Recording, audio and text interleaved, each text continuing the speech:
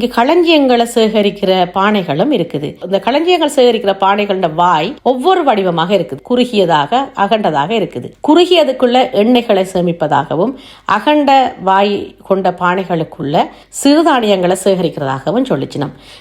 இந்த அறைக்குள்ள சாப்பிட்ற வட்டில்களும் இருந்தது. அந்த வட்டில்களுக்கு கால் இருந்தது. மேசைக்கு பதிலாக அந்த வட்டில்களை கீழே சாப்பிடும் பொழுது அது உயரமாக இருக்கும். ஆகவே மேசை தேவையில்லை, அப்படியே அந்த வட்டில வச்சு சாப்பிடலாம். அதுக்காக கால் வச்சு செய்யப்பட்டிருக்கு இந்த வட்டில்கள்.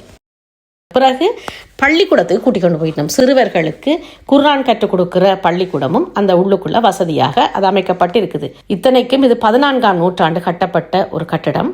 சுரங்கம் போல கீழே இறங்கி கொண்டே இருக்குது.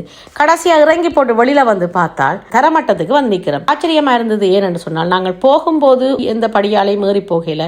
ஆனால் இறங்கி வந்து பார்த்தால் திரும்பவும் தரமட்டத்துக்கு வந்து இறங்கி நின்றோம். இங்க பான் செய்யற இடமும் இருந்திருக்குது. முந்தி போரணைக்குள்ள பான் வச்சு எடுக்கிற மாதிரி இருந்திருக்குது.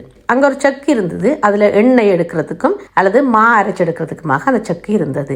இங்க ஒரு சமாதியும் வைக்கப்பட்டிருக்கலாம். யார் எவருன்னு தெரியாத ஒரு பேரு தெரியாத ஒருவருடைய சமாதியும் இங்கு இருப்பதாக சொல்லப்படுது.